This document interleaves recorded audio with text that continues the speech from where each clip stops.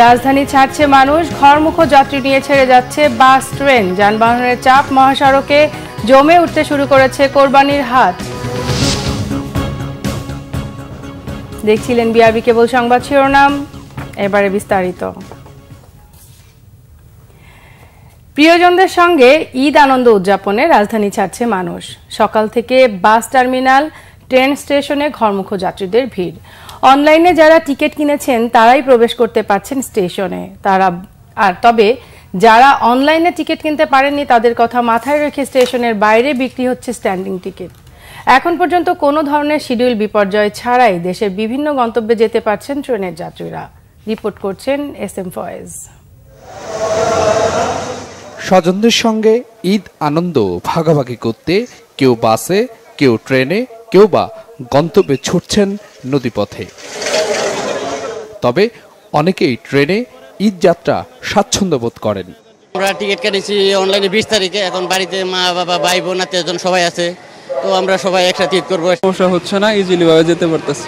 ঈদ করার জন্য শ্বশুর বাড়িতে না কোনো ঝামেলা হচ্ছে না, ভালোই সুন্দরভাবে যেতে পারছি, টিকিটও পাচ্ছি। কমলাপুর রেল স্টেশনের টিকিটবিহীন যাত্রী ঠেকাতে তৈরি করা হয়েছে বাঁশের প্রবেশপথ। টিকিট চেকার ও নিরাপত্তা বাহিনীর ঘেরাটোপ পেরিয়েই প্রবেশ করতে হচ্ছে যাত্রীদের। যাত্রাপথে ভোগান্তি এড়াতেই রেলপথ বেছে নেয়া বলছেন ট্রেনের যাত্রীরা। ঈদ যাত্রা এবার ভালো হচ্ছে, কারণ আমি স্টেশনে এসেই দেখছি আমার ট্রেনটা গন্তব্যস্থানে পৌঁছেছে। আমি আশা করতেছি যে জাস্ট টাইমে আমার ট্রেনটা ছেড়ে যাবে। ঈদ যাত্রা ভালো হচ্ছে, আমরা সুষ্ঠুভাবে প্ল্যাটফর্মে আসতে পেরেছি। অনেক দিন পর বাসায় যাচ্ছি ক্যান্টনমেন্ট থেকে, অনেক ভালো লাগতেছে, পরিবারের সাথে ঈদ করতে পারবো। তো আমি অনলাইনে টিকিট খুঁজছি, কিন্তু অনলাইনে ওইভাবে টিকিট নাই, কিন্তু এখানে আসছি, এখন দেখি টিটিরে বলে নিজ ব্যবস্থাপনায় আর কি বাসায় যাব। চট্টগ্রাম থেকে পর্যটকে আসছি, পর্যটক এক্সপ্রেস। এখানে আসার পর কিছুক্ষণ বিশ্রাম নেওয়ার পর এই বুড়িমারি এক্সপ্রেসে যাচ্ছি। এটা আজকে অনেক আরামদায়ক হচ্ছে, আমাদের আজকে কোনো বিভ্রান্তি হয় নাই। আমি যাচ্ছি হলো নানু বাড়ি, দাদু বাড়ি, আমার মা বাবার সাথে ঈদ করতে ট্রেনে যাচ্ছি। আমি দাদু বাড়িতে যাচ্ছি। যাত্রা নির্বিঘ্নে করতে সব ধরনের ব্যবস্থা নেওয়া হয়েছে। যখন গার্মেন্টস ছুটি হয় তখন হয়তো একটা চাপ পড়বে, তো সেই চাপ মোকাবিলা করার সামর্থ্য বা প্রস্তুতি আমাদের রয়েছে। আপনারা জানেন যে আমাদের বাংলাদেশ রেলওয়ে নিজস্ব নিরাপত্তা বাহিনী, RNB, GRP, পাশাপাশি DMP, police, aviation battalion, RAB এবং APBN সমস্ত এনফোর্সমেন্ট বাহিনীগুলো সকল সদস্য আমরা সহযোগিতা চেয়েছি। আশা করছি আর একদিন বাকি, দুদিন, ইনশাআল্লাহ দুদিনও আমরা যথাসময়ে নিরাপদে স্বাচ্ছন্দ্যে যাত্রীদের বাড়ি পৌঁছাতে পারবো। দুর্ঘটনা এড়াতে ট্রেন বা বাসের ছাদে না চড়তে যাত্রীদের অনুরোধ করছেন সংশ্লিষ্টরা। SM Foyez, Bangla vision, Dhaka. দর্শক, ধানমন্ডি 3-এ দলীয় সভাপতির কার্যালয়ে চলমান বিভিন্ন বিষয়ে সাংবাদিকদের ব্রিফ করছেন দলের সাধারণ সম্পাদক ওবায়দুল কাদের। চলে যাচ্ছি তার ব্রিফিংয়ে। অর্থমন্ত্রী বাজেট উত্থাপন করেছে। দেখুন, ইনফ্লেশন নিয়ে ইউরোপীয় একসময় উদ্বেগ ছিল, তাদেরও অ্যারাউন্ড 10%, আমাদের যে অবস্থা এখানে চলে গিয়েছিল। এখন আপনি তাকিয়ে দেখুন, আর্জেন্টিনার মতো দেশ মিলে নতুন প্রেসিডেন্ট, খুবই ডাইনামিক মানুষ,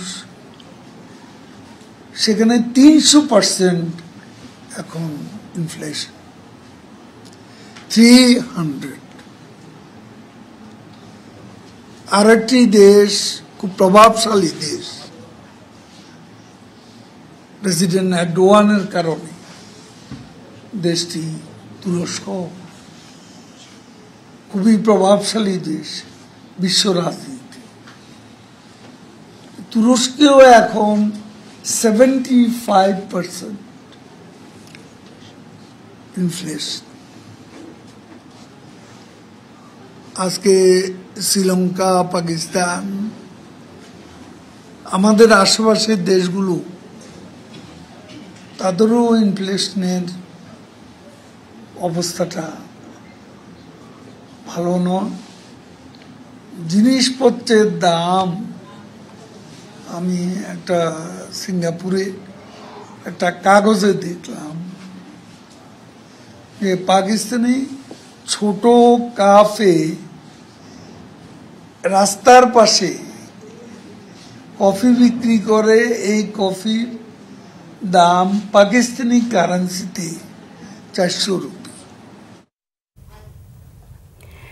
ঈদের বাকি আর 3 দিন, গরু ছাগলে ভরে উঠেছে কোরবানির পশুর হাট। তবে বেচা বিক্রি এখনও সেভাবে জমে ওঠেনি। সকাল থেকেই রাজধানীর বিভিন্ন কোরবানির পশুর হাটে ক্রেতা সমাগম বাড়তে শুরু করেছে। এবারের হাটে ছোট ও মাঝারি সাইজের গরুর চাহিদা বেশি, বড় গরুর দিকে ক্রেতারা যাচ্ছেন কম। ক্রেতারা বলছেন আকাশচুম্বী দাম হাঁকাচ্ছেন বিক্রেতারা। গত বছর যে গরু 60,000 টাকায় কেনা সম্ভব হয়েছে, এবার সেই গরুর দাম হাঁকাচ্ছেন 1.5 লাখ টাকা। অনেক ক্রেতা বাজেট অনুযায়ী চাহিদা মতো গরু না পেয়ে শূন্য হাতে ফিরে যাচ্ছেন। বিক্রেতারা বলছেন সবকিছুর দাম বেড়েছে, বড় গরুর দাম জিজ্ঞেস করেই চলে যাচ্ছেন ক্রেতারা, কিনতে তেমন আগ্রহ দেখাচ্ছেন না। মিয়ানমারের বিদ্রোহী গ্রুপগুলোর সঙ্গে দেশটির জান্তা বাহিনীর সংঘর্ষের রেশ পড়েছে টেকনাফের নাফ নদীতে। ওপারের এই সংঘর্ষে সপ্তাহখানেক ধরেই ওই রুটে নৌ চলাচল বন্ধ। এতে আটকা পড়েছে টেকনাফ যাওয়া সেন্ট মার্টিনের হাজারো বাসিন্দা। পাশাপাশি সরবরাহ বন্ধ থাকায় খাদ্য সংকটে দীপ্তির কয়েক হাজার মানুষ। এ অবস্থায় বিজিবি ও কোস্টগার্ডের নিরাপত্তায় বিকল্প রুটে যাত্রীবাহী কিছু ট্রলার চলাচল করলেও পণ্যবাহী কোনো ট্রলার যাচ্ছে না। কক্সবাজার থেকে মশিদুর রহমান খোকনের রিপোর্ট। মিয়ানমারে বিজেপি সেনাবাহিনীর সাথে আরাকান আর্মি সহ বিদ্রোহী গোষ্ঠীগুলোর লড়াই এখনও চলছে, আর সেই সংঘাতের প্রভাব এসে পড়ছে বাংলাদেশ সীমান্তবর্তী এলাকার মানুষের জীবনে। গত 3 মাস ধরে বান্দরবান সীমান্তে দুই পক্ষের লড়াই এখন বিস্তৃত হয়ে কক্সবাজারের টেকনাফ সেন্ট মার্টিন পর্যন্ত ছড়িয়েছে। 5 জুন ওপার থেকে ছোড়া গুলি নাফ নদীতে চলাচলরত বোটে পড়লে বন্ধ হয়ে যায় ওই রুটে নৌযান চলাচল। এতে টেকনাফ উপজেলা সদরে আটকা পড়ে হাজারো দ্বীপবাসী। এছাড়াও বিভিন্ন খাদ্যপণ্য টেকনাফ থেকে সেন্ট মার্টিন পৌঁছাতে না পারায় খাদ্য সংকটেও পড়ে সেখানকার মানুষ। এরই মধ্যে কক্সবাজার জেলা ও উপজেলা প্রশাসন এ নিয়ে জরুরি সভা করেছে।